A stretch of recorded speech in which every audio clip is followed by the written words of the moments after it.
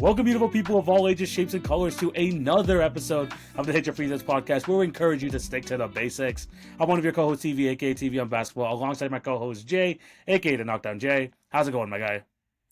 Going good, man. Down the stretch of the NBA regular season, and we're at that point now, man. Disaster is striking for a few teams. We got one in particular that we gotta kind of, smoke some pack on, kind of speak on their eulogy of the season, even with a month left.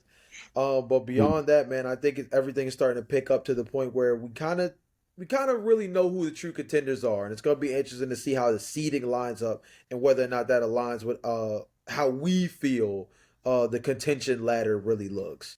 Honestly, I mean, you said freaking disaster. I feel like this season more than ever, we've had like multiple garbage, like what's it called, like garbage fires, dumpster fires, Yeah. those sort of teams.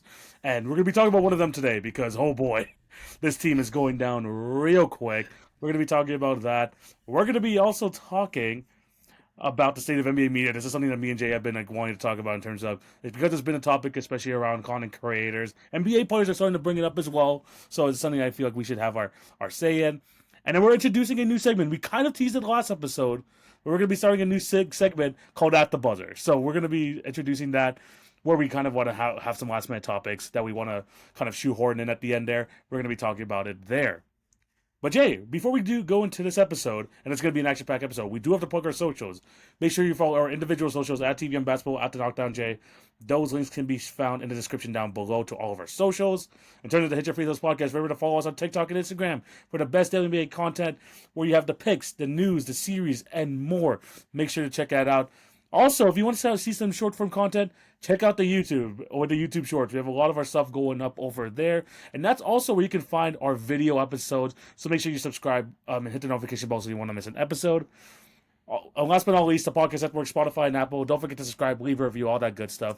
We appreciate all of y'all's support. Jay, are you ready to get into this? Yeah, we have a team to cook, bro. We have a team to cook.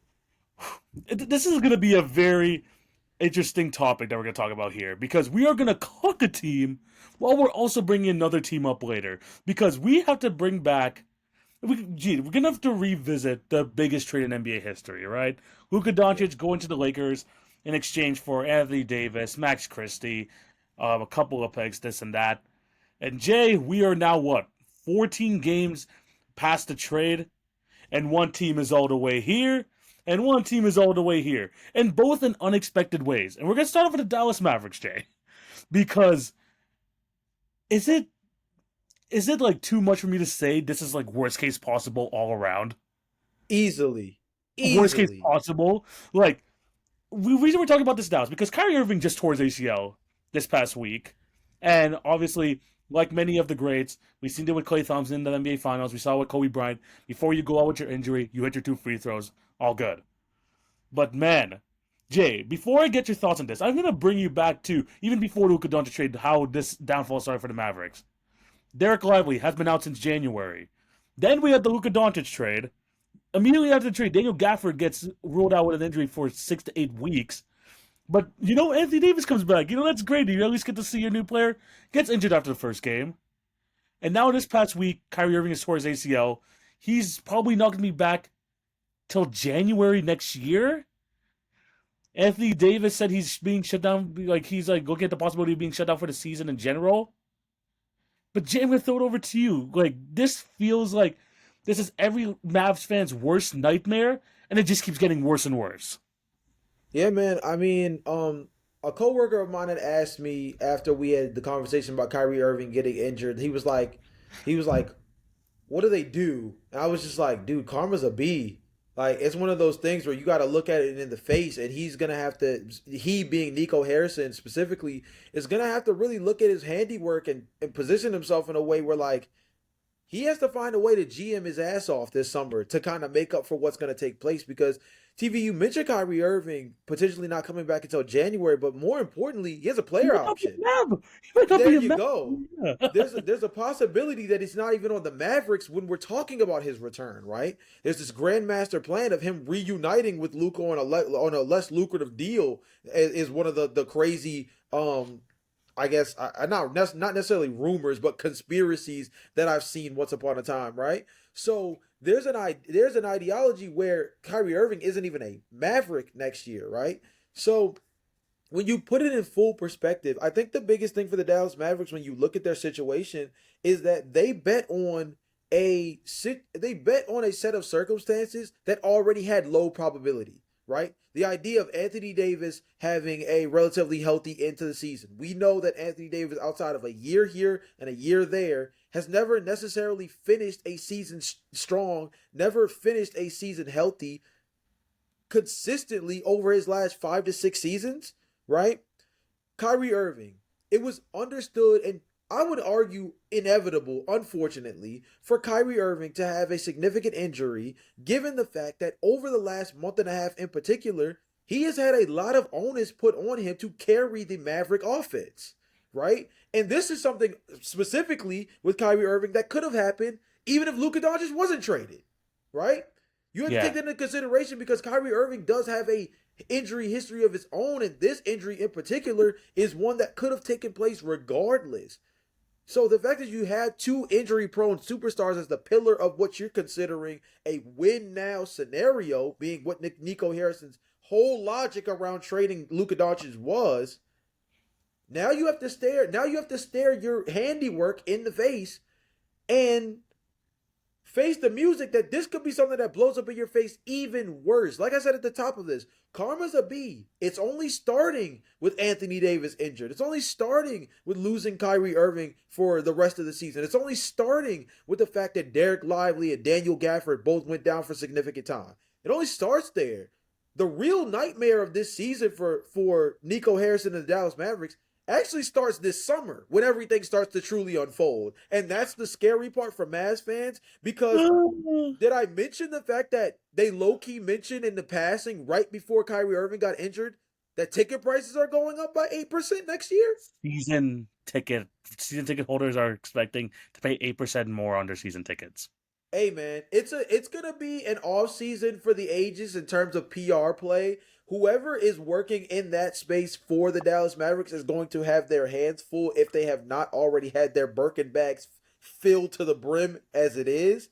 It's going to be interesting to see what the Dallas Mavericks are able to do this summer because the truth of the matter is that like the only thing that's going to rectify this choice is a championship. And what he may have thought was a championship move right now, it's not only not reflecting as such, but it doesn't have a very good value to play out that way down the line. With this summer being a very strong indication that they're going to be short just going into next year, and that's going to make their job even more difficult. I'm interested to see what their next play is because they are not in the kind of position in terms of draft picks and overall young talent capital to go swing for the fences again. And so that puts them in a weird position. Dallas, I am so sorry. Jay, the thing is, I wouldn't say that we saw this coming because we all knew this was worst case scenario. But Yeah. all the signs were there. The Yes. move, the wording that Nico Harrison said was that we were Yes. making a move for now. They said that this is like a chance in this 2 year window to win a championship.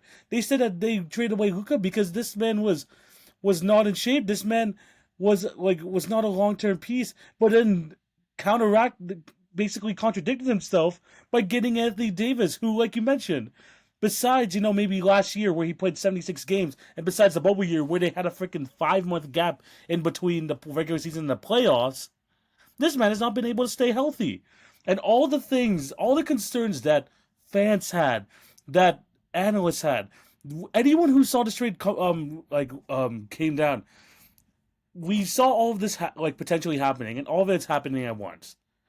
And when you have all this happening, you already don't have the fans on your side. Kyrie Irving has talked about the Luka injury like in bits and pieces. He feels like he's been. I can tell that he feels kind of slighted by the decision because he wanted to come to Dallas knowing that Luka was going to be here. Clay Thompson, by the way, he's the number one option now, which is kind of insane. But he came to the Mavericks hoping to be like the number 3, number 4 option next to Luka Doncic and Kyrie Irving, and now they're not even there. Like it feels like you mentioned off the top. This is karma, man. This is just absolute basketball karma at its finest. you let personal issues get in the way between Nico Harrison and Luka Doncic, potentially stuff with the ownership and worrying more about the potential relocation of the Dallas Mavericks, hoping to get gambling legalized, all this other stuff like on the outside that's not pertaining to basketball, worrying more about that than the actual product on the court, and all of that is turning around on them. And I don't and this and going forward, just the Mavericks trying to rectify this whole situation. Does anyone want to go there, or is this some sort of?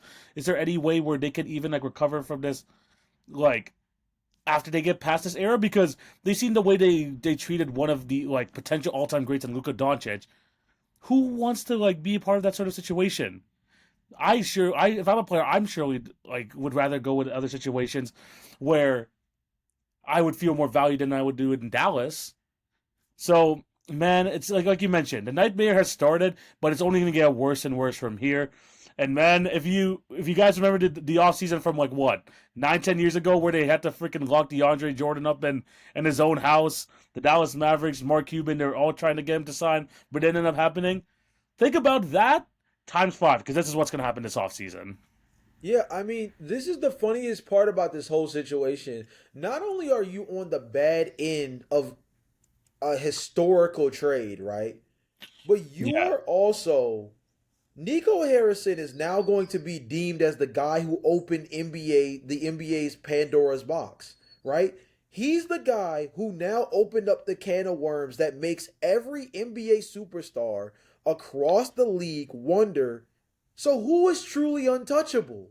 Right? You're the guy who now is completely flipped the idea of untouchability, the idea of superstar equity on its head. And that's going to be an interesting thing to come to roost because how will that impact player movement? We saw just at this trade deadline as it was that players that wanted to be traded were still able to get what they wanted essentially for the most part, yeah. right?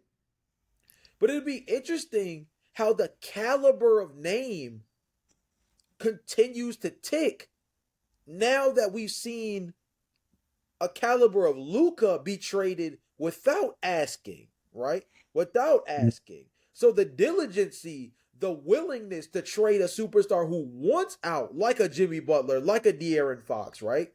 Is there even more urgency to move off a player like that, knowing that really you could get any kind of superstar in return for them, given the fact that somebody like a Luka Doncic was able to get moved without his his knowing, right? So Yeah. I think the most interesting thing about this is not only are you on the wrong side of history, but you're the guy, Nico Harrison and the Dallas Mavericks are the team that opened Pandora's box for what might be a new vision of how player movement works where superstars might be on the move whether they want to be in a new situation or not. And that's not something we've necessarily considered very much because you always kind of deemed your superstar players as untouchable unless they want to be moved. And in that sense, they are creating the environment themselves, not being a product of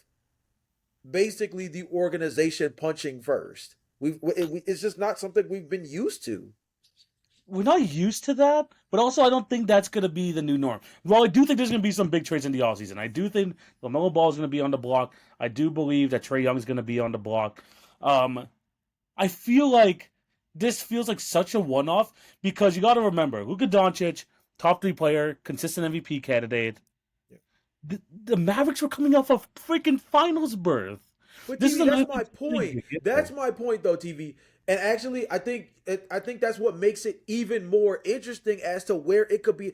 TV, they traded Luka Doncic coming off of making the NBA Finals, being in a situation where arguably their road was one that could be very much valued. Where if they won the championship, they would have been ranked relatively high in terms of championship runs over the course of NBA history. I think, and they were in a situation where they were two totally different teams before the NBA trade deadline and after the NBA trade deadline. With the moves they made at the deadline, having Luka Doncic's skill set in mind. So the Hmm. team was literally built with Luka Doncic in mind, and only a couple of months later, after all of that, he is moved. But then what makes it more interesting is TV after the trade happens. That's 48 hours after the trade happens. You want to know whose name starts popping up as a potential trade block piece? John Morant. You want to know another name that started popping up and started to flare up on NBA news rumors again? Giannis Antetokounmpo, right? Names that before Luka was traded, we weren't having too many strong conversations about them being potentially traded. Definitely not John Morant, I don't think. And Yeah. then all of a sudden, one player, one guy, 25 years old, face of the franchise, icon as you deemed him in the podcast that we had when we talked about the trade, gets moved, and all of a sudden you have to ask yourself, who really is safe? We went through the exercise, I think, on that same podcast. I think I asked you, I said, how many untouchables do you think are truly in the league now after seeing that Luka Doncic could get moved? And I think once we got past what Nikola Jokic, Victor Wembanyama, probably Jason Tatum, as like the three main guys when you look at just their status with the franchises they're with. After that, it starts to get really murky when you start to realize that Giannis could be on the move, whether it's his choice or not. John Morant's name has been brought up very calmly. I'm sure LeBron James can't necessarily be traded, but he's going to retire soon anyway, so Hmm. that's a different conversation. Kevin Durant is organizing a potential move for himself this summer as it is, right? Like if you go down the list, it's not that many guys that look very untouchable once you say, well, Luka got traded. So anybody can get traded, right? The list gets smaller now in a way that I don't think we felt that way before the trade. Yeah, I would definitely, I would definitely say so that like at least the untouchables or like yeah, there's like a lot less more untouchable players than we thought they were, and that's gonna make for a crazy offseason. I mean, I already mentioned LaMelo Ball. You mentioned some like and Trey Young. You mentioned some guys already. This is about to be a crazy offseason, and Dallas. While everyone is gonna try to get better, Dallas, whew, they're heading for a down spurt. But Jay, before we like move on, I do have to pose this question to you: Uh-huh. is this the biggest front office blunder in NBA in like at least the 21st century? I can't think of like a downfall like this where the Dallas Mavericks were on top of the world, winning the Western Conference, Yeah. winning a like winning against the Timberwolves where they weren't favored, and then they went off and basically the entire core might be gone by the start of next season. Is there been like any such downfall like this? Like this has to be the biggest like at least like blunder at least in our recent memory. So in terms of overall build, I think within a given season to season situation, I think so. It's funny that you asked this question because I was actually trying to ask myself like, is the Luka Doncic trade worse than the Danny Ainge fleece of the century, right? Yes. Dating back to what took place where those draft picks turned into Jason Tatum, Jalen Brown, so on and so forth, It's right? because we didn't know what those things were. We know what Luca is. That's the thing, which And is that's why I thought it was such an interesting question of weighing between the two, is because at the end of the day, it was still a swing for the fences. You had to have a certain level of discernment and a certain level of conviction to say, I'm going to trade down, and instead of grabbing the consensus Markel Fultz, I'm going to grab Jason Tatum, right? Or with Jalen Brown, a guy who coming out of California still was understood as a guy who might not necessarily have a strong left hand, a dude that you can still build as a secondary wing option next to Jason Tatum, right?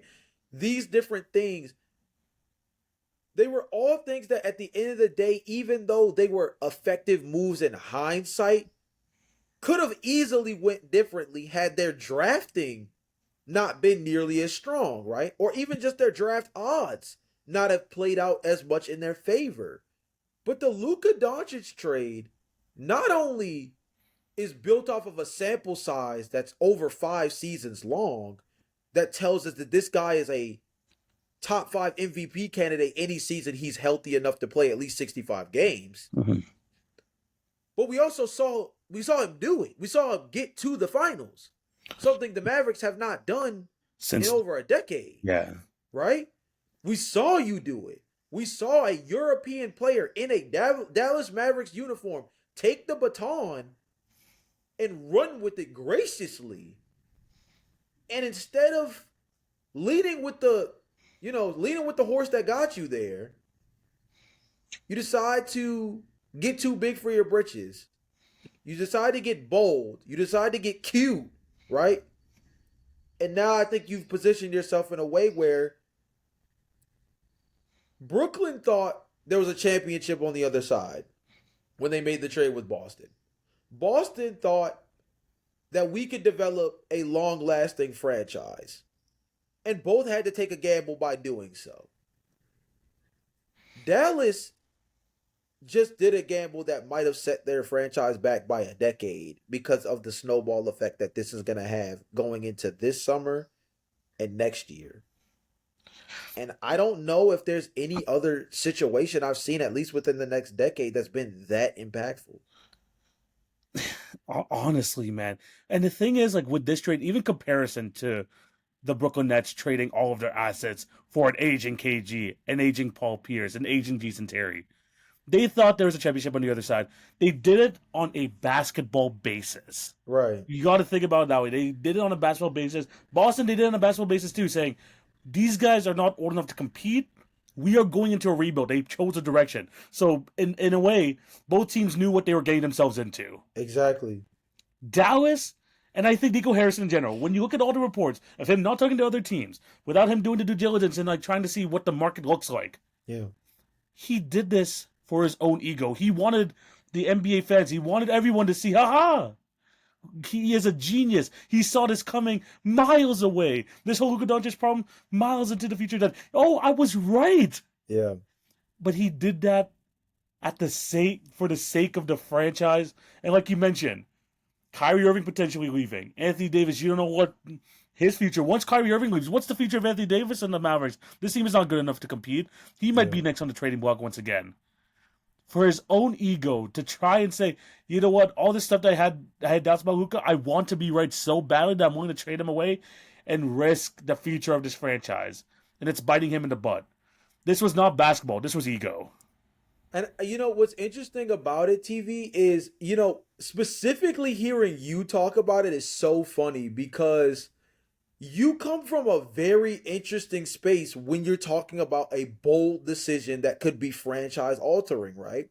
Because you, in case people that are watching this on YouTube can kind of check it out, behind TV in every single episode, TV has a banner for the 2019 NBA championship for the Toronto Raptors. Obviously a championship that, was won under the circumstances of a lot of things going very right for Toronto that year. But one more specifically than more than anything, being betting on a 1-year rental of Kawhi Leonard being worth trading similarly, maybe not on the same level, but similarly to Luka Doncic, a DeMar DeRozan who, in many would say, was again a franchise legend.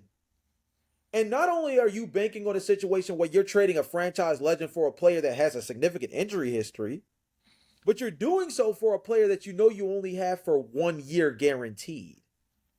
And the interesting part about that is that this is another one of those can lightning strike twice kind of situations. And I think that Masai got away with murder, right? By being able to make a trade that bold and, like you said, come out on the other side with the aha, I'm a genius kind of mentality at the other end. But how many times in NBA history has somebody been able to trade a franchise face player and actually reap the benefits that they seek in the process? And I bet you that number is a lot lower than most would hope. And I'm sure the amount of trades that are made with those kind of names in mind are probably even lower. And that's an interesting perspective to come from because I think from you specifically, I think if you could look back at what happened with Toronto, I think you'd say, if I had the choice, if I was in Masai's shoes, I'd do it again. But I also think you would look at it from the perspective and say, knowing how it ended and knowing that Kawhi Leonard left after, that you'd still do it scared, even though you do it. You wouldn't be confident. You wouldn't be as confident as Masai maybe was at the time. you probably knowing everything you know would feel prideful about knowing what comes on the end of it being a championship, but knowing that Kawhi Leonard leaves and knowing that that's going to be a part of the legacy of that trade, it doesn't make you feel as great about making the move. So for in the case of Luka Doncic, with the chances being even more slim of winning a championship the same year you trade a franchise icon, it makes you wonder exactly where the logic was. I think the word we have to use to describe all of this, specifically Nico Harrison, is uninformed. I think this is somebody who did not read the room, and like you said, it's costing them. I mean, I appreciate you comparing it to the DeMar DeRozan trade for Kawhi Leonard. Um, Nico Harrison, I mean, you're right. He did not read the room. Again, I subjected to his own ego because of all the stuff that's come out about him Yeah, and his relationship with Luka Doncic afterwards. yeah, But I will say, coming from a Raptors fan, and look, both of us love DeMar DeRozan. He's a freaking legend, at least as of late for both of our teams. But this is not Luka Doncic. This is not a man who, like you said, is a top five MVP candidate whenever he has a chance to be qualified. This is a man who has taken you to the NBA Finals. This is a man who is touted to be a future top 10 player of all time. This wasn't just, hey, let me try and win a championship. I think this is a move to do it. This is like, I don't like the way this guy carries himself. I want to be right, and I want to be right while winning a championship the way I see fit. This is not like Masai, who has seen the Raptors fall and fall and fall like time and time again, especially to LeBron James. Remember, the Raptors lost to LeBron James 3 times prior to the championship. true, true. This is more. This was a calculated move from Masai. Yes, it was risky, especially trying to mess with at the time one of the Raptors' best players in franchise history. But it was a risk that he was worth willing to take, knowing that there was a 1 year left on his deal. Nico did this saying, "Oh, we can still be competitive for the next 3 to 4 years."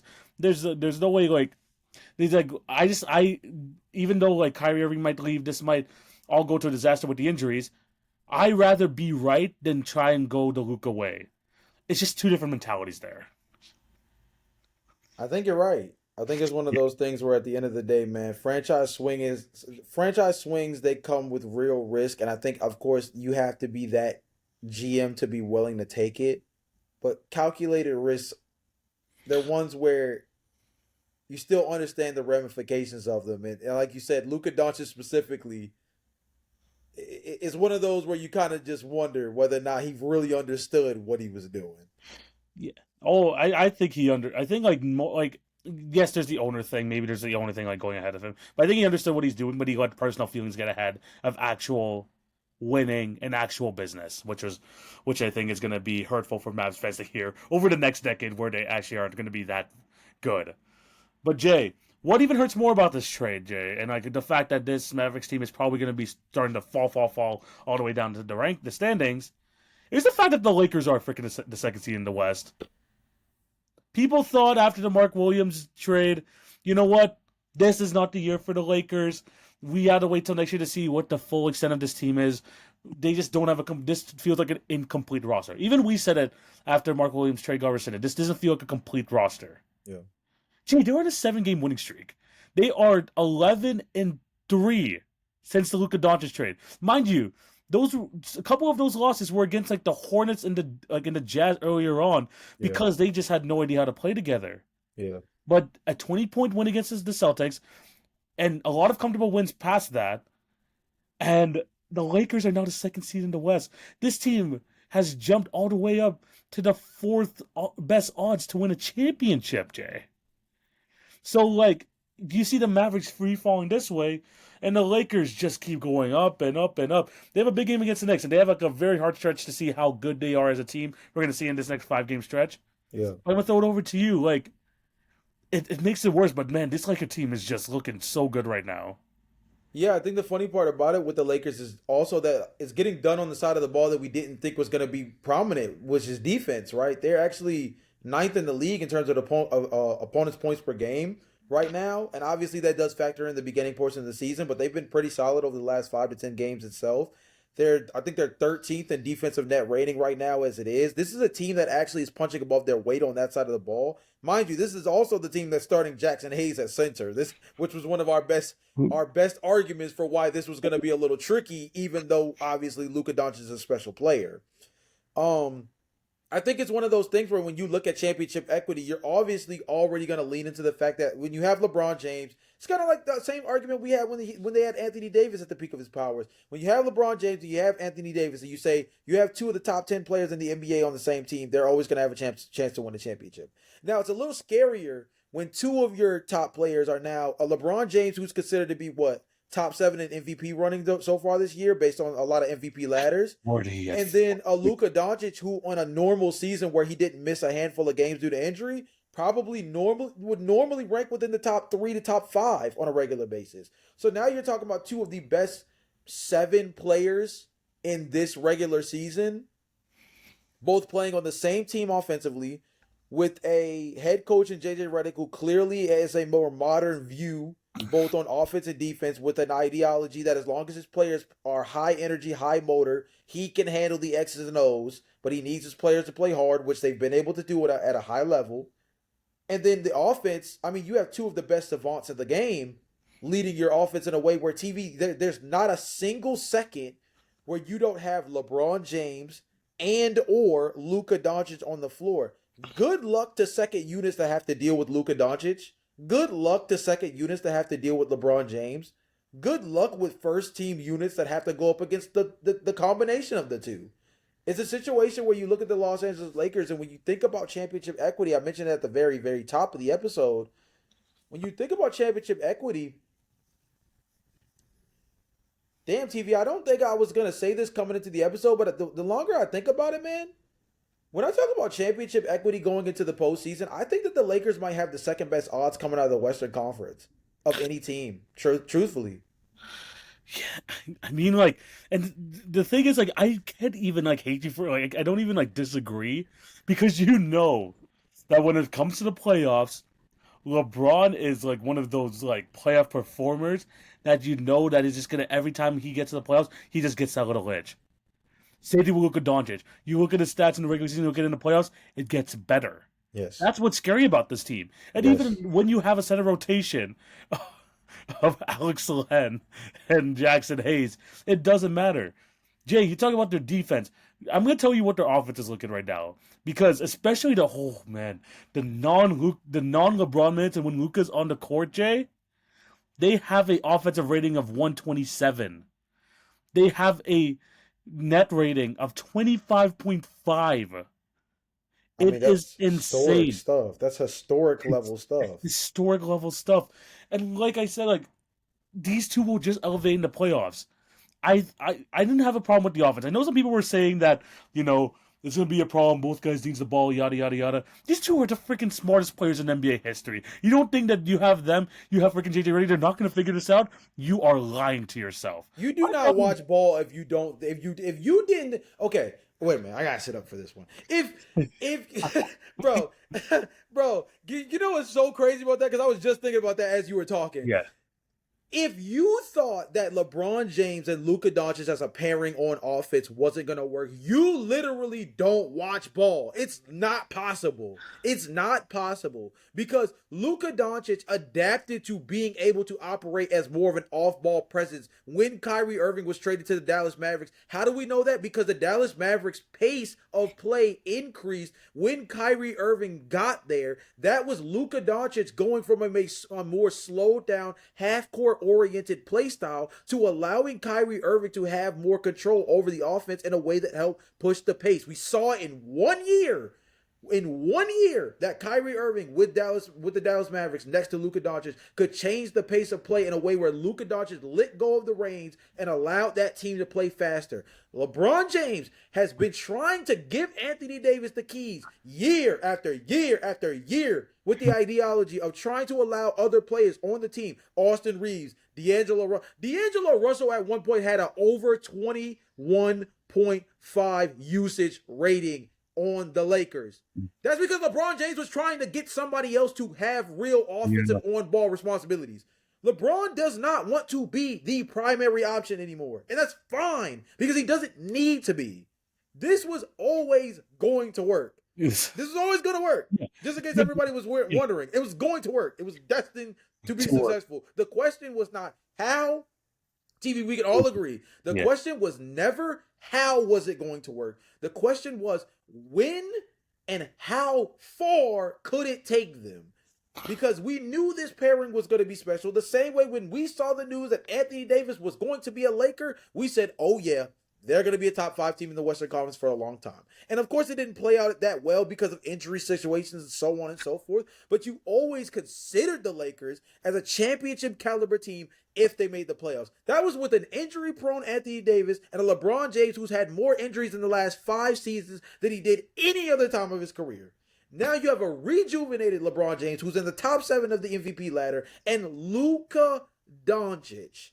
We thought we were going to have to wait till next season to see the best version of this because they still needed pieces around him, like getting a Mark Williams at center. Maybe try to get another wing defender, right? Yeah. No, wrong. Dorian Finney-Smith is enough. Jackson Hayes and Alex Len as a combination is just enough to get by. You know why? Because LeBron James and Luka Doncic are just that good. They're just that good, bro. I was going to say, they're on the team, which is all you really need. And then, when the minute Luka got traded there, how did LeBron talk about it? Luka, we need to run this team through Luka. JJ Redick was talking about it since day one. LeBron James, I am a natural receiver. Luka is a natural quarterback. They were talking as if like, oh, perfect. We finally have the number 1 guy. Yes. Like, we could finally like not put all the pressure on LeBron. So like anyone who said it wasn't going to work, yeah, it was going to work. It's working now, and I'm glad that you guys got to see it like in March. Not even you have to wait till April. But man, like you mentioned, the defense is surprising me. I saw the Kenny Beecham video. If you guys haven't checked it out, I would highly recommend it because he basically highlighted how the Lakers are like, oh, you have one non-shooter on the floor. We are going to completely ignore him and guard the other 4. It's like the reverse box and one with that Nick Nurse did, where it was, oh, we're gonna guard Steph Curry and we're gonna run a box and one. This is the opposite box and one. We're gonna ignore you, Aaron Gordon. We're gonna ignore you, any non-shooter on the other team, and it's been working. So shout out to the Lakers. They look like a legit threat, and the fact that they are rising this much, like, and they're going in direction, and then the Mavericks are going in this direction. Jay, it just feels poetic. Hey, man, I said it at the beginning, man. Karma is a B, and Nico Harrison and that Mavericks front office are going to have to face every fire and brimstone led fan that is pretty pissed off and only getting more upset as they see their season crumbling before their eyes. It's sad and I hate it for them, but this is the new reality if you're a Dallas Mavericks fan, and it's going to be one that lingers probably for a while. Yeah, and then when we mean linger, it's not going to be just this offseason too. It's going to be like lingering for the next like 1 or 2 seasons. Yeah. You're going to feel the ramifications big time. Because you're going to end up like, because there's going to be some guys that are going to be like, yeah, I want out. And you're going to have to just deal with it. Yep. So, yeah, it's going to be tough. It's going to be tough. Jay, but we want to hear your thoughts still down below. Your thoughts on the Mavericks, your thoughts on the Lakers, and the fact that they're going in complete opposite directions. It's definitely something very interesting to see, especially as an outside fan, as both of us. And again, we apologize for you Mavs fans. If you have a Mavs fan in your life, please console them. They definitely need that. But Jay, we're going to move on to the next topic. And we kind of talked about it near the end there, how NBA media. Yeah. And, the overreaction thinking, oh, how is this going to work? How is this going to work? The fact that they talk about the same people over and over again. And just the general negativity around the game of basketball. And I feel like the content creators are finally starting to get an eye on it. Kenny Beecham did the Dear NBA video, which was absolutely fantastic. I highly encourage you to check that out. But even NBA players are saying it now. Tyrese Halliburton, he talked about, man, they trashed the game anyways. It doesn't matter. Like, we're just going to go and play the way we play. LeBron James has been calling it out. Nikola Jokic, Kevin Durant. Jay, it's becoming well known now that this game that people have been saying all year, oh, it's the worst it's ever been, the 3-point shooting, this and that, is becoming unwatchable. Yeah.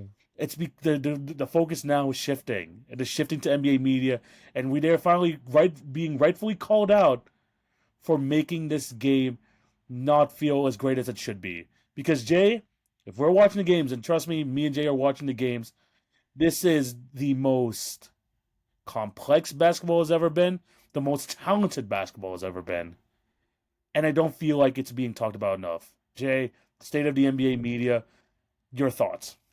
I think the most interesting thing about the state of NBA media is that it's built off negativity, and the negativity is driven by the need for attention, right? And I understand that when it comes to social media and short attention spans and the need for a quick dopamine hit, that one of the easiest ways to grab attention is by leading with a headline that usually has a negative connotation around it. The problem is that in the process of acting that way, moving that way, and covering that way, is you've now created a negative connotation around the game in its totality. It's not a player, it's not a team, it's not a storyline, it's our viewership of the game itself. That's the thing that gets very skewed in the middle of all of this, is that many talk about how the NBA is the only league that does not necessarily celebrate its history as strongly as some of the other professional leagues that we know, the NFL, the NHL, the MLB, right? In a way where they celebrate those who were before them, and those who are of the future are uplifted in a way that represents a game that is ever growing, right? And in the NBA, not only do we not necessarily support the future of the league in a way that promotes it in a way that people view it as legitimate, but it's become so much of like a pack session that you're almost starting to wonder whether or not there's any legitimacy to this league that's been around for over 75 years. You know what I'm saying? It's come to a point where every single season is built off of who can't, who's next to leave, who's next disgruntled, right? It's all built off of, and here's another thing that I think is very interesting about the negative connotations. Have you noticed that the people who lean the most on negative storylines are the ones that feel the most like they don't watch the game? The ones who have infiltrated media from the perspective of being able to share true opinions tend to lead with the opinions that don't represent on-court product at all. It simply is a representation of off-court fervor and a whole bunch of murmuring built off of rumors and news that may or may not have true merit to it. And it's sad because what was once viewed as one of the greatest sports leagues in the world is now acted as the athletic version of a Telemundo series, right? We've come into a situation now where the NBA has always been fueled by things of like high duress, right? NBA opening night. Who's going to set the tone for the season? NBA trade deadline. What shakeups will make the teams better? NBA free agency. Where are people going? Right? It's always been fueled by those storylines, dating back to even the mid '90s, right? Of players changing teams, different things being able to change the circumstances. But it's gotten to the point now where the league is so reliant on the drama, right? So reliant on the storylines that it's almost like you're almost more worried about that than the on-court product so much that I think we've devalued the on-court product itself, and it makes it now where the game becomes unwatchable before it even gets turned on. And that's a product that's never going to thrive. Yeah, no, 100%. And I love the point that you brought out where the spectacles of the NBA season, when you're not looking at the playoffs, aside from the playoffs, I feel like when the playoffs come on, Yeah, of there's a bit course. better of a better talk there, but especially Yeah. during regular season talk. What is the most talked about topic? You said, who's next to leave? Who's next to get traded? Where's this person going in the offseason? The biggest talking points on freaking social media is when it's a player is disgruntled, Yeah. not when a player has a great game. It's when trade deadline season's coming around and we're seeing who wants to get moved, who needs to get moved, and just the big free agent decisions. Like the biggest storyline from the season was the whole Nico Harrison Luka Doncic trade. And no matter who wins the championship, that's going to be the biggest headline. And maybe rightfully so, but that's what it's being pushed in the NBA nowadays. We always like remember a lot of things that people remember of the season, either from seasons here or there. Like there's gonna be a difference, the 2016 NBA Finals. People are always gonna remember the games there. But Right. like some seasons are defined. Oh, this is the year that Kevin Durant joined the Warriors. This is when it made basketball unwatchable because it was just unfair. Mm. There were years where it was defined by, you know, Anthony Davis joining the Lakers. Like these are the storylines being dominated. And it's because, like you mentioned, we talked about how like NBA media and ESPN and all that, they focus more on the drama sense of the NBA compared to the actual on-court product. And the thing was, the NBA were trying to make moves to make sure we get back to that by bringing more, former NBA players into the studio, trying to like get more like push more NBA player-led podcasts. But now they're even leaning into that narrative, and because all of these guys are retired, and like you mentioned, you could tell a lot of them don't watch the game. They look at this and they box watch and see that, oh, more players and teams are like shooting X amount of 3 points per game. Oh, this has become so unwatchable.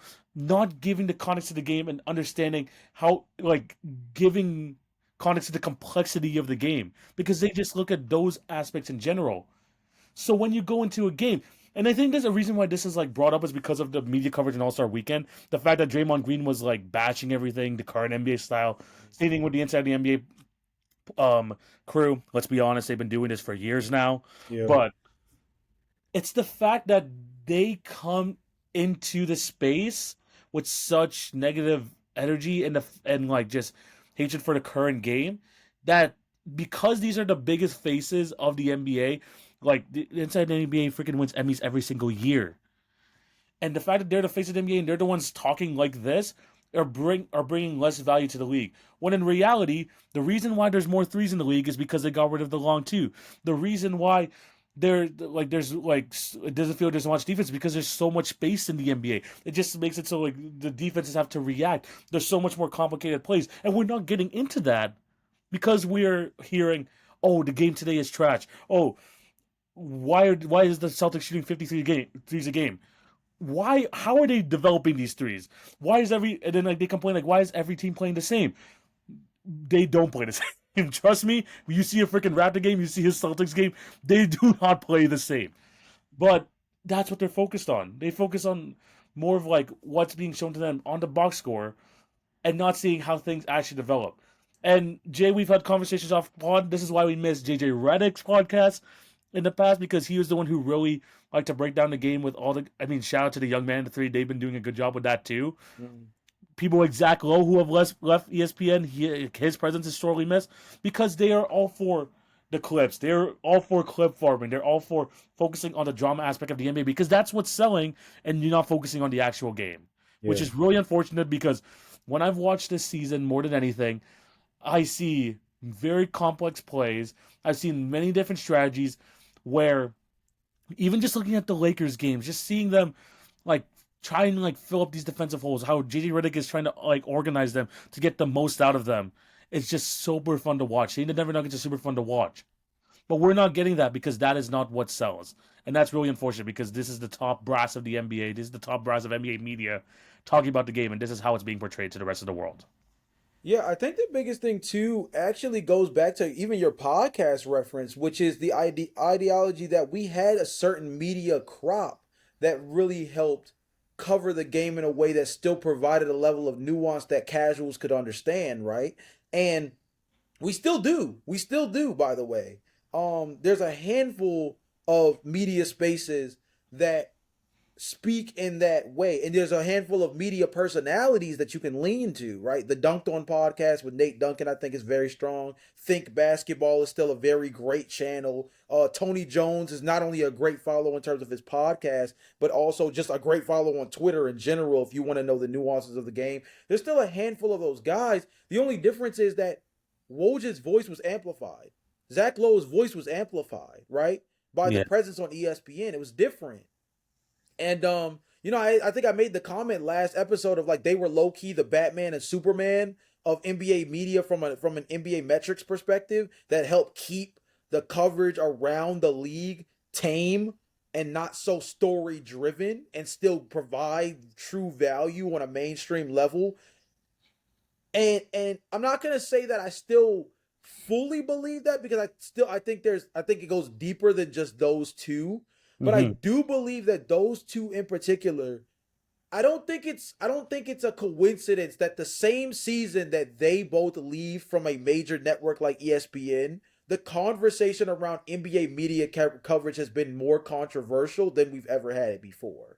I don't think that's a coincidence, TV. I don't think it's a coincidence that as two major players in the media space like those step down, Hmm. the personality aspect of the NBA media has only further stepped out of its face. TV, I saw a clip today that showed that, and I love this guy. I'm not hating on him disrespect. I'm not trying to hate on him, but I'm trying to prove a point.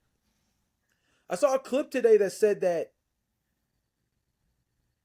Stephen A. Smith debated Kai Cenat on the NBA GOAT debate on First Yes, Take I this saw that morning. too. Yeah. And again, I have no hate against Kai Cenat by any means. I think he's a great streamer, has set a new foundation for online media in terms of being able to make significant money as a personal brand, so on and so forth. I have nothing disrespectful to say about Kai Cenat.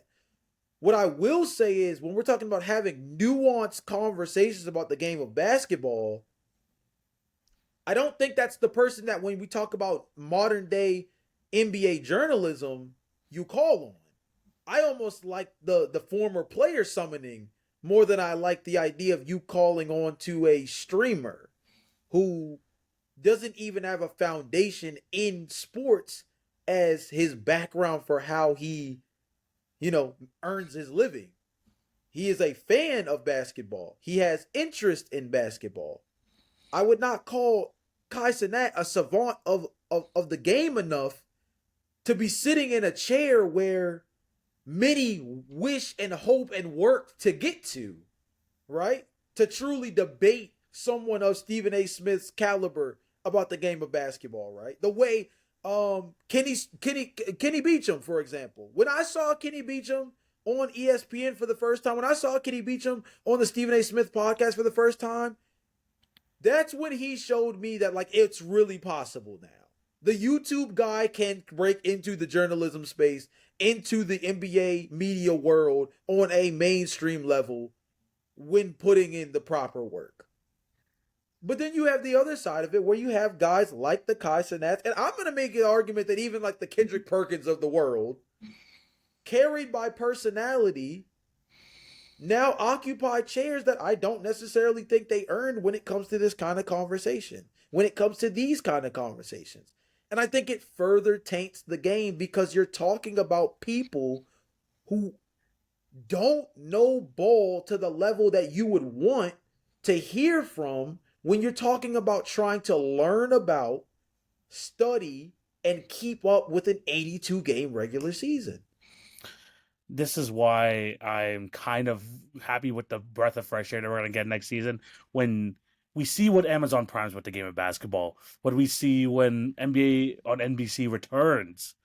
Just because we get fresh faces, we get fresh voices, and hopefully they see kind of what the issues are with like other media and the complaints from like fans in general on this side when we talk about TNT, when we talk about ESPN and all that stuff. And hopefully they get to fill in the gaps because man, there are a lot of gaps to fill. Like I heard that Amazon Prime have what Dirk Nowitzki and Blake Griffin gonna be like Uh-huh. as their halftime crew. Yeah. Look, man, I don't know about you. These guys can be fun and entertaining, which is of course what you want on TV. But you got one of the most like the goats of the game in Dirk Nowitzki, someone in Blake Griffin who had some of the best IQ for a big man in the league back in the day. I feel like they can have some really good conversations on basketball if they get to focus on basketball. See what they could do with NBA and NBC and maybe have like a different sort of feel there. We're just I don't know about you. I'm just kind of just getting tired of like the current crop of like what we have right now in terms of the news cycle, the voices that we hear from, and the fact that just the overall negativity of everything that's going on here. We're the only league that has welcomed negative think tank to be the overarching viewpoint of how Yes. we Yes. view our game. Yeah. We are the only league, the NBA is the only league that is fueled by its negativity to push the brand forward. Theoretically, at least.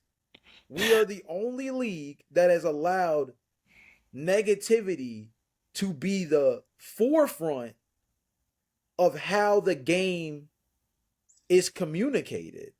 And I think even further, we are the only league that is so nostalgic that it's painful.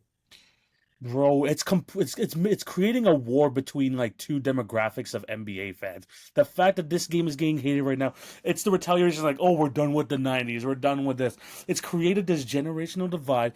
The current state of the NBA, the way that they're talking about today's game, it's our retaliation, and this is why we always like. And again, we talked about like how we're the only team that like the league that doesn't like show like gave praise to our history as much as other leagues because of this generational war that we're having. The fact we're like, oh, who would win the '95 Bulls or the 2020 or the 2016 Warriors is because of these dialogues, these spaces where we talk about these sort of things. The game is different back then. The game is different now. Every other league understands that. It was like, oh, what would happen if we put LeBron James and Bill Russell's era? That's a completely different game of basketball. Who the hell cares? Who cares if we drop Bill Russell into one of today's games? This whole generation divide, and again, the basis of this, the roots of this, is the hate for the current game, and it's just a back and forth about more negativity, and it just doesn't turn out a good product. Yeah. I think Gilbert Arenas said it best, and this is kind of where I want to leave off, at least in terms of my points. Are I think Gilbert Arenas said it best. When believe he was on ESPN, and it was a conversation related to the debate around the face of the league, right? And the ideology that some players seem to want it, and some players actually are not a fan of even being in the conversation for it. And the point that he made was that it's not the title of face of the league is not lauded the way it was once upon a time. There Yeah, was a certain level of hysteria and a certain level of like um there was a certain when you said someone was the face of the league, that was somebody who was anointed. That was somebody that was held at a certain pedestal, held in a certain regard, where when that name was brought up, they were celebrated. Now, the face of the league is the guy that is psychoanalyzed, broken down play by play. You know what I mean? Put in a position where every single move he makes is actually more so up for criticism than it is for praise. And it makes the title of face of the league unwanted. And as a crown with no head to sit underneath, it also further hurts the next phase of the league because every era of basketball has needed one.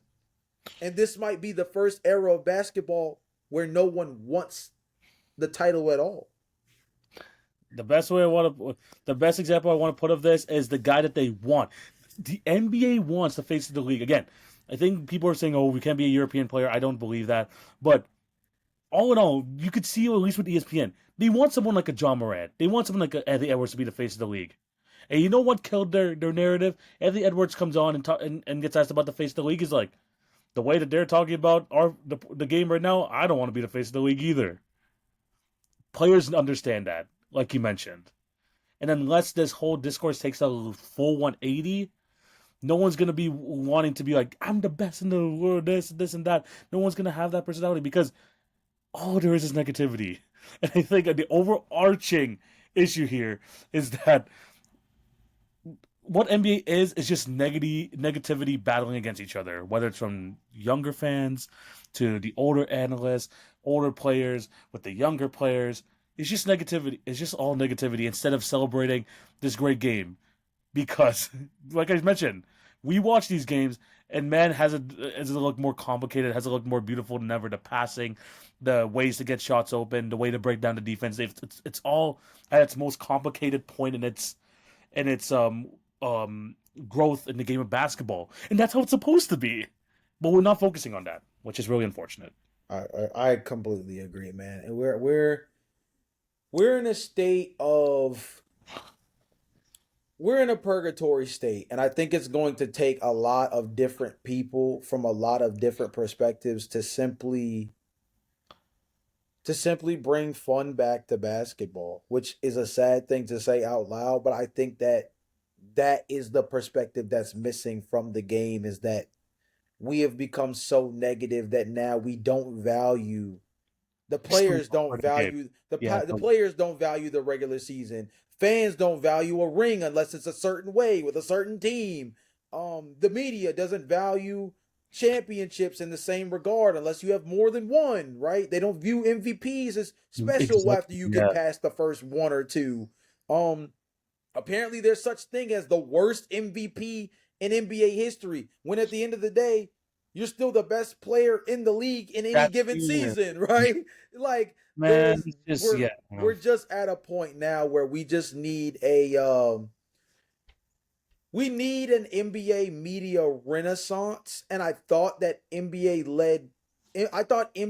led media from a player perspective was going to be the thing that led that renaissance, but instead I think it slowly assimilated itself into what was slowly becoming the problem to begin with, and there's a different renaissance needed in order to bring the joy back to the game.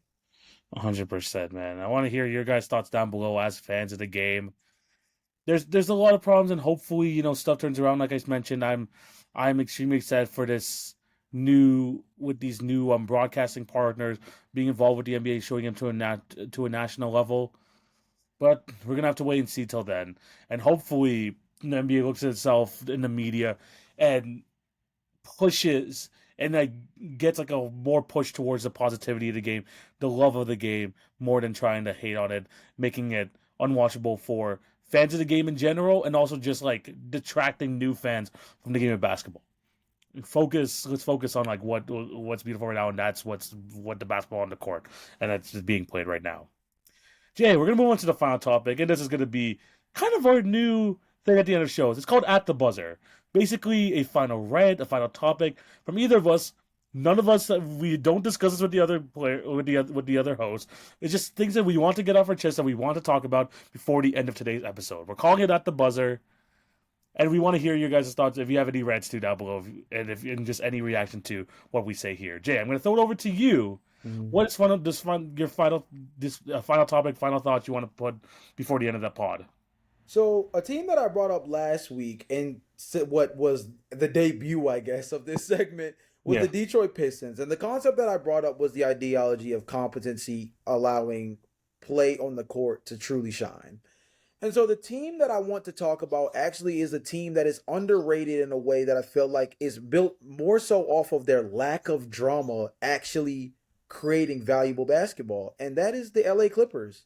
The LA Clippers have quietly been a team that's been in the mix in the Western Conference playoff picture pretty much the entire season. And although they're right there teetering at the eighth spot at the moment, this is a team that's been in the mix all year, despite at the beginning of the season, many made passing comments. TV, we even spoke about it on this podcast of could they finish low enough where their pick ends up going to OKC and they end up potentially getting Cooper flagged with the ping ball with the ping pong balls falling the right way. This was the kind of conversation we were having earlier on the year.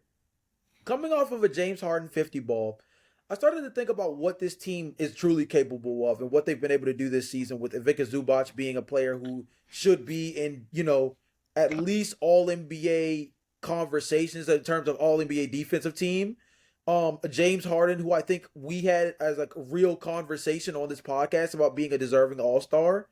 A Kawhi Leonard who definitely is not necessarily the Kawhi Leonard of old, but a player that in big moments that needs to take big shots and make big shots is still very much capable.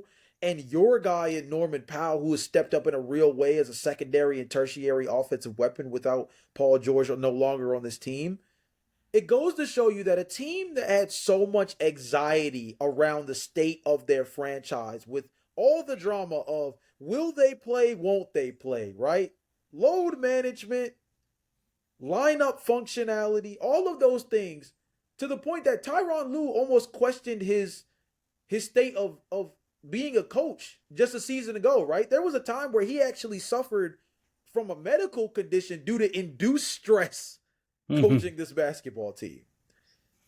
Here we are a season later for a team that we thought was going to end up falling off the map just due to everything seeming like it was leaning in the wrong direction.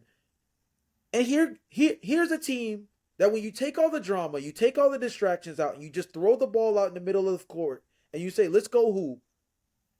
They're going to give you a hard night of basketball every single night. And I think the interesting thing about this is the Clippers are sitting at 8th right now, and there's some real flexibility here, right? This is the team that can mess around and fall out of the postseason. They're also a team that is only a game back of the 6th spot where the Warriors are, right? They are going to be a team that if they make the postseason is going to push a team to 6-7 games. I'm calling it right now. That's what I was thinking. Yeah. It feels like they're going to be the gatekeeper of the Western Conference in a sense where they're not going to be like, I don't expect them to be having a deep playoff run, but imagine if this team matches up with like an OKC Thunder, if the Memphis Grizzlies get high enough and get like a top 3 seed, they end up facing them in the first round. This is going to be your first real test. Oh, for sure. This is a team that is proven in terms of the players on the team, maybe not the team itself, but the players are proving themselves. This is a team that's gonna give you problems every single night. And you've seen what Kawhi Leonard could do in a playoff series. I know he's coming off an injury. I know it's been like a few years since we've seen the best of Kawhi. But when you give Kawhi Leonard a 7-game series, does any team want to be a part of that? No. No team wants to be a part of that, especially if you're a young team like the Grizzlies who are trying to go over the hump when you're the OKC Thunder to finally showcase why you're the best team in the league. Yeah. And you got to go face against a perennial playoff performer in Kawhi Leonard against a championship level coach in Tyronn Lue. This is like the first test for any team at the top of this West. If you can get by us, you'll be ready to make a run. I completely agree, and I do think it's matchup dependent. But like you mentioned, I can name 3 teams that they could possibly run into where I say this could be a dogfight. I think Oklahoma City. I think that's a dogfight still. I think the Nuggets, unironically, I think that's a dogfight still. That's gonna be the Lakers. They're gonna be a dogfight. The Lakers, just off of with Zubac. Yeah, just off of Zubac alone, but also just the fact that the Clippers have historically played the Lakers well, right? Yeah. I think the Grizzlies, obviously. Houston, of course, is always going to be the wild card team just based off of people wondering whether or not they're ready or not anyway. But even further, TV, we bring up Kawhi Leonard. We talk about Tyronn Lue. The most underrated player in a playoff series is a James Harden with low expectations. I was going to say, James Harden with nothing to lose. Nothing to lose in this situation. James Harden with nothing to lose may be one of the most dangerous players in postseason history. We have seen that when the odds are stacked against James Harden rather than stacked in his favor, that is when he has played some of his best basketball, as if the expectations themselves being off his shoulders release a completely different level that we don't think he's capable of reaching in postseason play, but seems to always give us glimpses of. So yes, we've seen the championship caliber of a Kawhi Leonard. We've seen the championship caliber of a Tyronn Lue. But a James Harden with something to lose is a type of player that you do not want to run into a postseason. And I think that if the Clippers make it into that top eight. When the music stops and everybody has a chair for that eight for those eight spots. If the Clippers are one of those teams sitting down when the music stops, they are going to be one hell of an out. And I think that whoever sees them in the first round is going to be pissed that it had to be them. Bro, I can only imagine like a potential like route the Thunder have to go into the finals. Because imagine having to face Kawhi Leonard and Paul George, and in the next round potentially having to Kawhi Leonard, face James Harden. Kawhi Leonard and James Harden. Then having to face potentially a Denver Nuggets or Lakers in the second round. Maybe one of them in the conference championship. Like the Clippers are a team where it's like, oh, you don't know if you're ready yet? We're gonna tell you if you're ready. We're gonna show you because we're gonna make it as difficult as humanly possible now. Yeah. And this is gonna be something. It sucks that they're kind of slipping right now because they did have like the number 6 seed on lock for like a decent amount of time. They've been kind of slipping because of the injuries to to Kawhi Leonard, to Norman Powell. But Yeah. man, see James Harden what he did yesterday. It's like, oh shoot, if he has this in him, if Kawhi Leonard is semi-healthy during the playoffs, hey, look, you never know what happens. You never know what happens. That's all I can say. Dark horse, dark. I wouldn't say they're a dark horse, but it's something. It's a team that you cannot look down upon. You No. cannot. You This cannot look. team has gatekept some of the better. Remember, at one point, maybe not these Clippers specifically, but the Clippers were once the team that gatekept the Dallas Mavericks with Luka Doncic and Kristaps Oh, Porzingis oh once upon yeah, a time. a Clipper team without Kawhi Leonard in their lineup and just Paul George, they freaking cockblocked them from the conference finals. You know what I mean? Like Yeah. this is a franchise, at least with Tyronn Lue as the head coach, that like they're not going to go out of a playoff series quiet. I do not think at all. 100%. It's a great topic to touch on. The way I want to talk about Jay, I thought there was a chance you might talk about this, but I'm glad you didn't Okay. because Jay, please, I mean this with my whole heart. Cancel the Eastern Conference play-in tournament, please, yo, please, yo, this is crazy, bro. please. Yo, Never more in my entire life I'm weak. do I like look when the play-in tournament happened. I love it. I love what the play-in tournament brings every single year. Okay. But I feel like this is going to be the first year where there's going to be actual discussion like, should we have a play tournament for, if there are certain games behind like the 8th seed or the 7th seed, there has to be some sort of cap. Because, bro, no one wants the 10th seed. No one in the Eastern Conference Nah. wants the 10th seed. There's going to be a point where no one wants the 9th seed in the Eastern Conference. I think the Hawks are just confident, like, oh, we're just going to be here. I don't care if we're like fully, like, half our team is injured. We're just going to just be comfortable here at the 9th seed. Bro, no one legitimately wants a 10 seed. This is the people competing for the 10 seed right now. Your Bulls are there still. 3 games, 2.5 games ahead. We have the Brooklyn Nets, who are 2.5 games behind. The 76ers, 2.5 games behind. The Raptors, who are 4 games behind. I'm terrified now, especially because we have the lowest strength of schedule by like 10% in the league, which is terrifying. Jay, we have 2 games against the Jazz. We have 2 games against the Wizards. We have two. It's going to be bad near the end of the season. Yikes.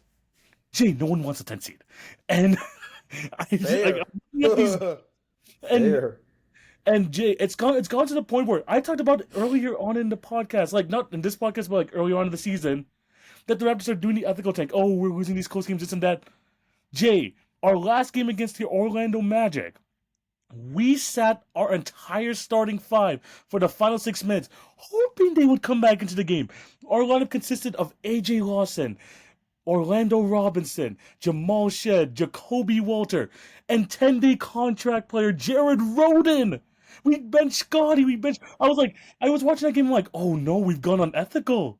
We really want to lose this game. And you know what? We still won. Shout We out to still Kobe won Walter. the Jacoby Walter game winner. In a game we were blatantly trying to lose. Gee, no one wants this 10 seed. Like, at this point, I'm like, we need to have some sort of game cap where it's like, oh, you are like 6 games like away from the 6th seed. We are not going to be holding a play-in tournament for the Eastern Conference. If the 9th seed and the 10th seed are like 6 games behind, we're not going to do it because Bro, this end of year tag, especially at the bottom of this Eastern Conference, is gonna get ugly. And it's gonna get ugly real quick. And man, the Raptors, I already saw the news. They're benching RJ Barrett and Jakob Poeltl for the next game against the Utah Jazz. But man, this Eastern Conference play-in is one of the ugliest things I've ever seen. I mean, you're not wrong for what it's worth. You're not wrong. And if we're talking about that versus the Western Conference play-in tournament, the comparison in terms of competitiveness ain't close by any means. Also, you're talking to a Bulls fan that does not want to make the playoffs this year, by the way, at all. 10 and below in the East don't want to be anywhere involved in this, and one of them is forced to. Yeah, and of course it's got to be my team, right? I got to be the one that got to trade Zach LaVine, keep Nikola Vucevic, not trade Ayo Dosunmu, Kobe White, or Patrick Williams, and still potentially have a chance to make the playoffs. Yeah. We got to be the team that trades to get our pick back from Sacramento and decides, yeah, we might still end up making the playoffs. And guess what's going to happen? We're going to get the seventh pick again. I was gonna say you guys are gonna get their deal.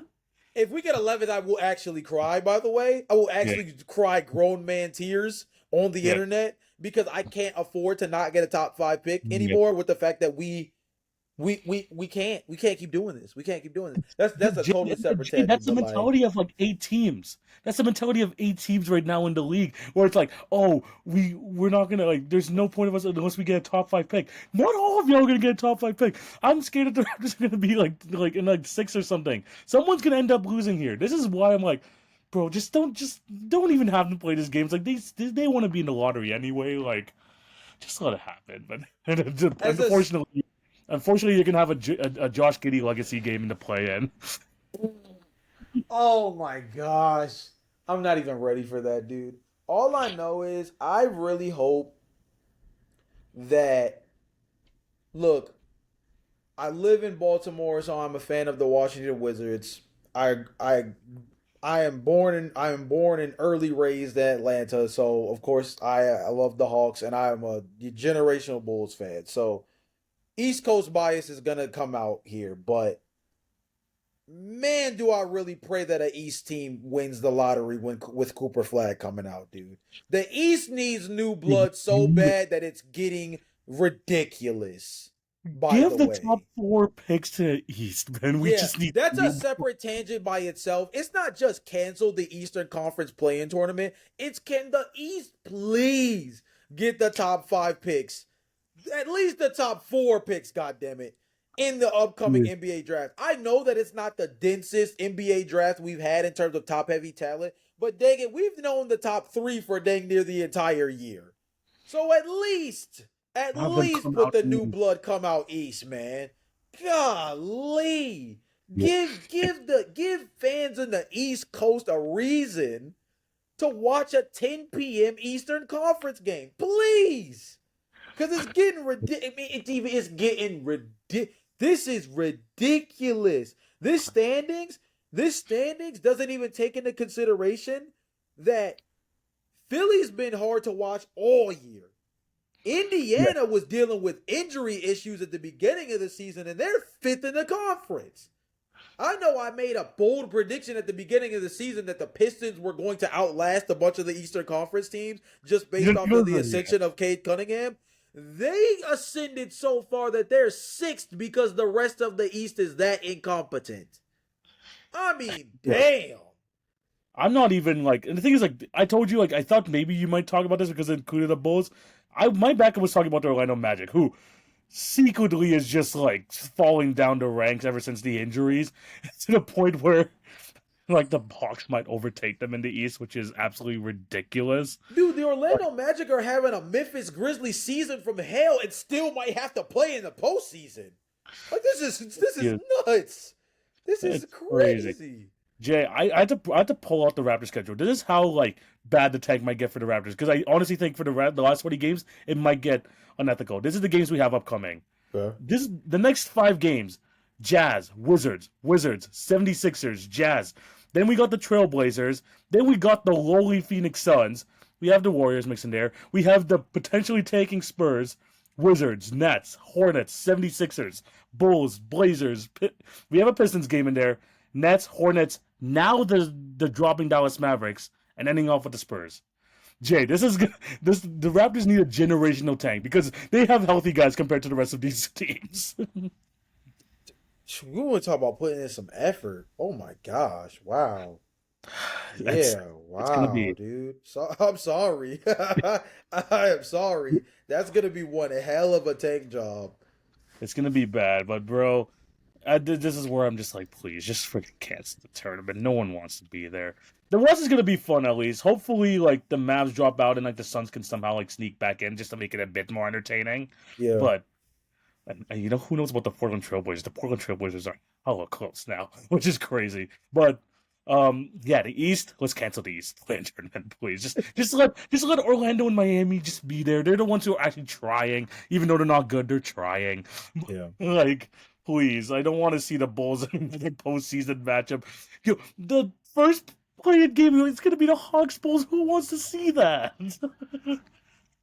Who wants to see? Oh man.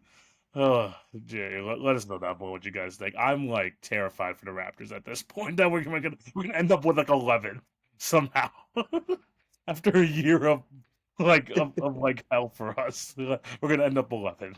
So yeah, let us know what you guys think of the play-in tournament. Any final thoughts? No. No, man. I'm looking forward to this last push to the postseason. Obviously, we know there's going to be some real standings maneuvering taking place. Will also be interesting to see who in the top five tries to duck smoke. That'll be an interesting thing to see because there's always that little storyline that gets thrown over of people trying to Yeah, finesse yeah, around and get the perfect first round matchup. So it'll be interesting to see how all of that stuff lines up. But I mean, we're in a really good spot right now with the postseason in terms of the top heavy teams, and yeah.